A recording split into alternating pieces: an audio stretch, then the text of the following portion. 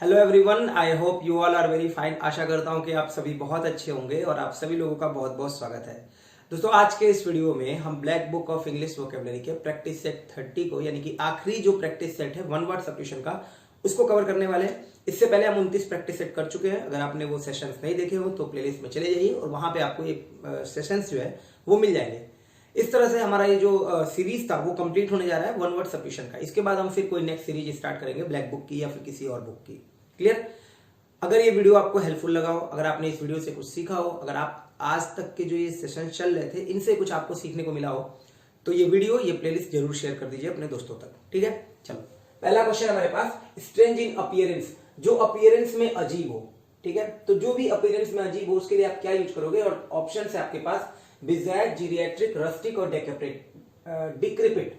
Clear? तो बिजार्ड जो है वो हो जाएगा आपका सही ऑप्शन। स्ट्रेंज इन अपीयरेंस के लिए सही वर्ड होगा बिजार्ड। आपको ध्यान रखना है कि स्पेलिंग करेक्शन में भी ये वर्ड आता है BIZARRE।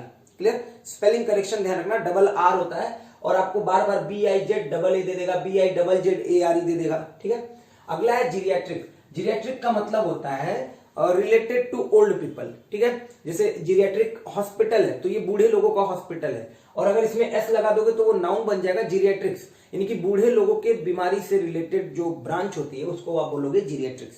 क्लियर?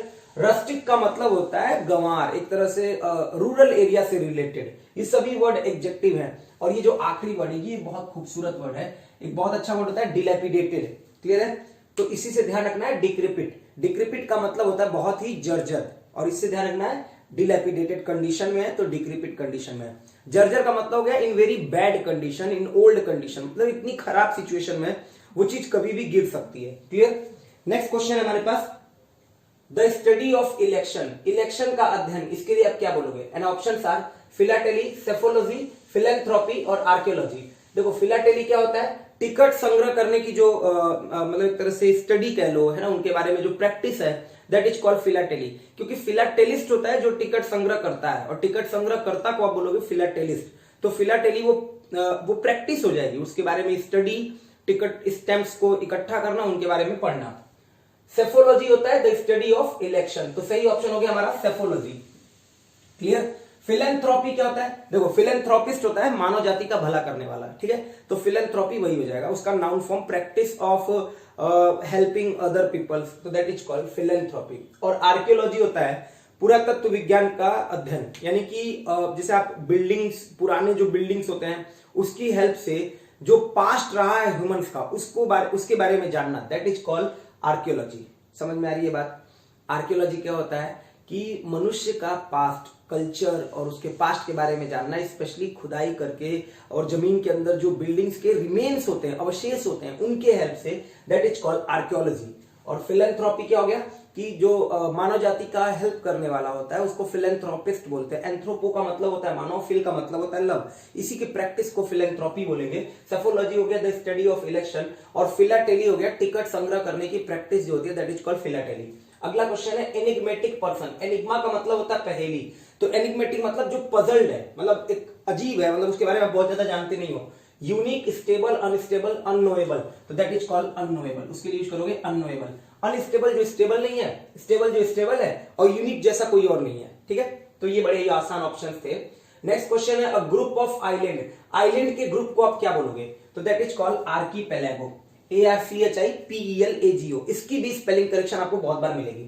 अटॉल का मतलब होता है मूंगे के आकार का प्रवाल द्वीप, एक द्वीप जो होता है जिसको आइलैंड या बोलोगे, मूंगे के आकार का, रिंग के टाइप का, that is called atoll.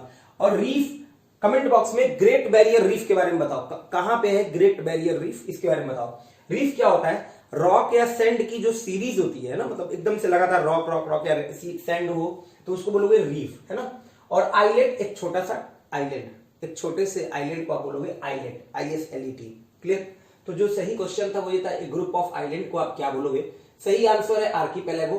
Atoll हो गया मूंगे के आकार का प्रवाल द्वीप, रीफ हो गया आपका सीरीज ऑफ रॉक और सैंड, आइलैंड हो गया स्मॉल आइलैंड। नेक्स्ट क्वेश्चन है सडन इनवॉलेंट्री मस्कुलर कॉन्ट्रैक्शन। तो पहले समझो इनवॉलेंट्री क्या होता है। इनवॉलेंट्री का मतलब आप ना चाह रहे हो तब भी वो चीज हो रही हो, है ना, न चाहते हुए वो चीज हो रही है, तो दैट इज कॉल्ड इनवॉलेंट्री, अपने आप हो रही है, आप उसको रोक नहीं सकते हो। तो सडन इनवॉलेंट्री मस्कुलर कॉन्ट्रैक्शन, अचानक से आपके जो मसल्स हैं वो कॉन्ट्रैक्ट करने लगे। ऑप्शंस हैं स्प्रेन, स्पैम, स्पैस्म और स्पैन।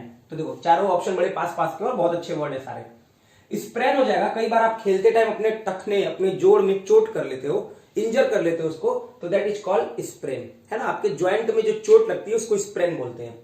स्पैम क्या होता है, आप देखते हो कई मेल होते हैं जो बिना काम के होते हैं, कभी एडवर्टीजमेंट आते हैं उस मेल में, या फिर कोई बेकार के जंक ईमेल होते हैं तो उनको स्पैम बोलते हैं। या फिर मीट को अगर चोप कर दिया गया, काट दिया गया, तो उसको भी स्पैम बोलोगे आप। और ये जो स्पैन है that is called time period, अवधि। 6 साल का स्पेन मिला मुझे, तो 6 साल की अवधि में, ठीक है, in the span of 6 years. Spasm जो है वो सही ऑप्शन है इस क्वेश्चन के लिए, कि जो इनवॉलेंटरी मस्कुलर कॉन्ट्रैक्शन होता है दैट इज कॉल्ड स्पैस्म। और स्प्रेन क्या हो गया, स्प्रेन जो होता है वो होता है आपके ज्वाइंट में जो चोट लगती है उसको आप स्प्रेन बोलते हो। स्पैम होता है आपके वो मेल्स जो कि बिना काम के होते हैं, और स्पैन होता है अवधि, टाइम पीरियड। नेक्स्ट क्वेश्चन है टू रिनाउंस वंस थ्रोन, गद्दी त्यागना, एब्डिकेट, एब्सटेन, एरोगेट, एब्रोगेट। तो देखो एब्डिकेट का मतलब हो गया गद्दी त्यागना। एटीई अगर सफिक्स लगा हो तो या तो वर्ब होगा, या तो एडजेक्टिव होगा, या तो नाउन होगा, ठीक है। आमतौर पर वर्ब और एडजेक्टिव ही पाए जाते हैं, यहाँ पे ये वर्ब है। अब्सटेन का मतलब होता है परहेज करना, सही ऑप्शन एब्डिकेट है, अपनी गद्दी को त्याग देना। एब्सटेन होता है to decide not to do something, when you decide that you will not do something, मतलब उस काम को आप नहीं करोगे तो आप बोलते हो अब्सटेन करना, यानी कि हिंदी में परहेज करना। अब एक वर्ड है एब्रोगेट और एक वर्ड है एरोगेट। देखो एब्रोगेट का मतलब आप कमेंट बॉक्स में लिख कर बताओ, ठीक है। एब्रोगेट बहुत बढ़िया वर्ड है, एबॉलिश टाइप का वर्ड है, अब कमेंट बॉक्स में लिख कर बताओ क्या होगा। और एरोगेट एक नया वर्ड आपको मिलेगा। एरोगेट का मतलब होता है उस चीज के लिए क्लेम करना जिसके लिए आपका वो अधिकार हो ही नहीं उस पर क्लेम करने का, दैट इज कॉल्ड एरोगेट करना। एरोगेट का मतलब होता है क्लेम करना, दावा करना, खास तौर पे तब जबकि आपका अधिकार उस चीज के लिए ना हो, तो आप बोलोगे इसको एरोगेट करना।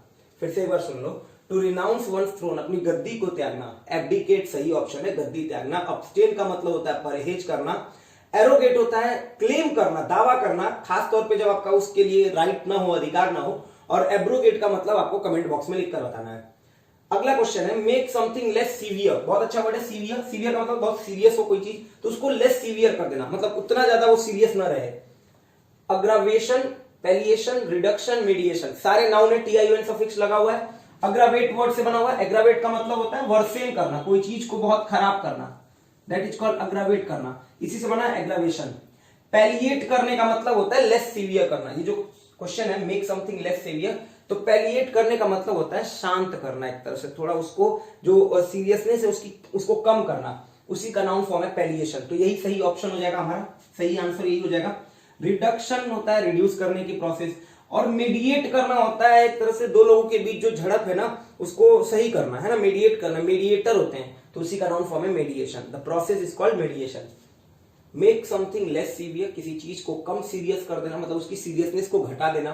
तो अग्रावेशन तो हो गया सीरियसनेस बढ़ाने की चीज, पैलिएशन सही ऑप्शन होगा, रिडक्शन किसी चीज को रिड्यूस करने की प्रोसेस है, और मीडिएट होता है एक तरह से झगड़े को खत्म करना, तो मीडिएट वाली जो प्रोसेस है that is called mediation. Next question है लाइवली और हाई स्पिरिटेड, बहुत ज्यादा एनर्जी से भरा होना, आपके अंदर बहुत ज्यादा इंथुजियाज्म आ चुका है, तो उसके लिए आप क्या वर्ड यूज करोगे। डिप्रेशन तो कभी नहीं यूज कर पाओगे, क्योंकि डिप्रेस होना when you have no hope, तो that process is called depression. Grave का मतलब होता है सीरियस, एडजेक्टिव फॉर्म में, नाउन फॉर्म में होता है वो जगह जहां पे दफनाया जाता है।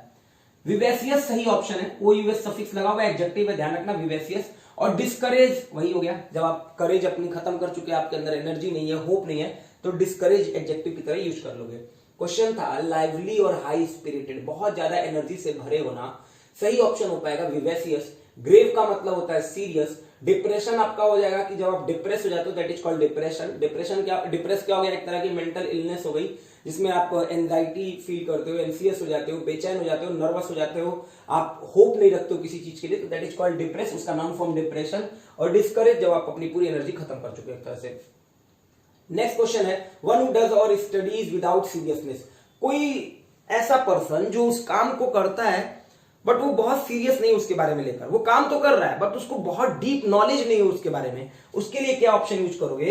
And options are dilettante, diligent, deliberate, distracted, सारे डी से वर्ड है लेकिन अच्छे अच्छे वर्ड है। देखो डिस्ट्रैक्ट करने की प्रोसेस समझते हो, किसी को अटेंशन उसका वहां से हटा देना, तो डिस्ट्रैक्टेड एडजेक्टिव हो जाएगा। डेलिबरेट एक अच्छा वर्ड है। डेलिबरेट का मतलब होता है जानबूझकर। आपने बहुत बार, ये अभी एक सीरीज हुई थी भारत और ऑस्ट्रेलिया की टेस्ट सीरीज, तो वहां पे बार बार आ रहा था ये कमेंट्री में कि ये डेलिबरेट अटेम्प्ट है कि नहीं है ना। एलबीडब्ल्यू में वहां पे बार बार आ रहा है कि आप उस बॉल को खेलने जा रहे हो या फिर आप उस बॉल को पैड से ही रोकने जा, मतलब इस पे बहुत बहस हुई थी। तो वहां पे ये वर्ड बहुत उछला था, डेलिबरेट। डेलिबरेट का मतलब होता है जानबूझकर। ये मेरा डेलिबरेट अटेम्प्ट था, तो ये मेरा जानबूझकर ये ऐसा मेरा प्रयास था, डेलिबरेट। हालांकि वर्ब फॉर्म में इसका मतलब होता है सोचना और विचारना, यानी कि ये दो पार्ट ऑफ स्पीच में काम कर रहा है। एटी सफिक्स है, तो या तो एडजेक्टिव होगा, या तो वर्ब होगा, या तो नाउन होगा, या इन तीनों में से दो या तीन कोई हो जाएगा।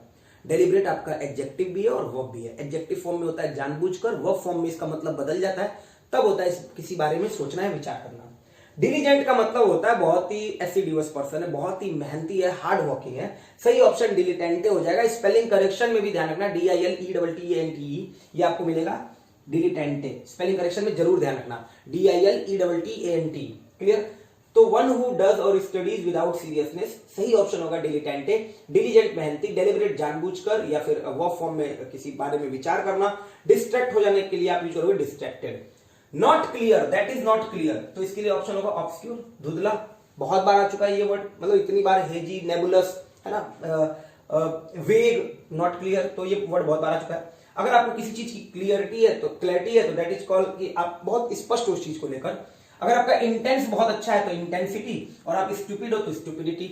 अब यहाँ पे तीनों वर्ड में समझने वाली बात यह है कि अगर ITE सफिक्स लगा हो, ITY, अगर किसी वर्ड के सफिक्स के तौर पे ITY लगा हो तो वो पक्का नाउन होगा। पहली बात तो ये, अगर सफिक्स के तौर पे ITY लगा हो तो पक्का वो नाउन होगा, एक बात। दूसरी बात वो क्या दिखाएगा, या तो क्वालिटी को, द क्वालिटी, या फिर द स्टेट, अवस्था को। जैसे the state of being intense is called intensity, the state of being clear is called clarity, and the state of being stupid is called stupidity. या the quality of being, the quality of being clear, the quality of being intense. समझ में आ गया? Intense जब आप बहुत चीजों को लेकर बहुत फोकस हो, क्लियरिटी समझ रहे हो, स्पष्टता आपकी उस चीज को लेकर, और स्टूपिडिटी जब आपकी जजमेंट बहुत खराब हो तो दैट इज कॉल्ड स्टूपिडिटी। अगर आप स्क्रीनशॉट लेना चाहो तो एक स्क्रीनशॉट ले सकते हो। आई होप आपको ये सेशन बढ़िया लगा होगा। अगर सेशन बढ़िया लगा हो तो ये वीडियो प्लेलिस्ट जो भी अच्छा लगे, जैसा आपको सही लगे, आप शेयर कर देना। इस तरह से हमने 30 प्रैक्टिस सेट कवर कर लिए, 30 पूरे प्रैक्टिस सेट, और इस पूरे प्रैक्टिस सेट के दौरान कम से कम आपको 1500 वन वर्ड मिलेंगे सीखने को, कम से कम 1500। अगर आप ये पूरा प्रैक्टिस सेट फॉलो करते हो, करीब करीब 1 महीना लगेगा, बट 1 महीने में 1500 वर्ड आपको मिल जाएंगे सीखने को। ठीक है, तो आज के लिए इतना ही है। फिर किसी सेशन में किसी और चीज के साथ, अगर आपको ये सेशन बढ़िया लगा हो, अपने कमेंट बॉक्स में आप जो कमेंट करना चाहते हो उस तरीके से कमेंट करके बता दो कि आगे कौन सी सीरीज हम स्टार्ट करें। इसके लिए अलग से एक वीडियो बना दूंगा छोटा सा, उस पर हम बात कर लेंगे। नेक्स्ट सेशन में फिर मिलेंगे, तब तक के लिए अपना ध्यान रखिएगा। आप सभी लोगों को बहुत बहुत धन्यवाद। Thank you.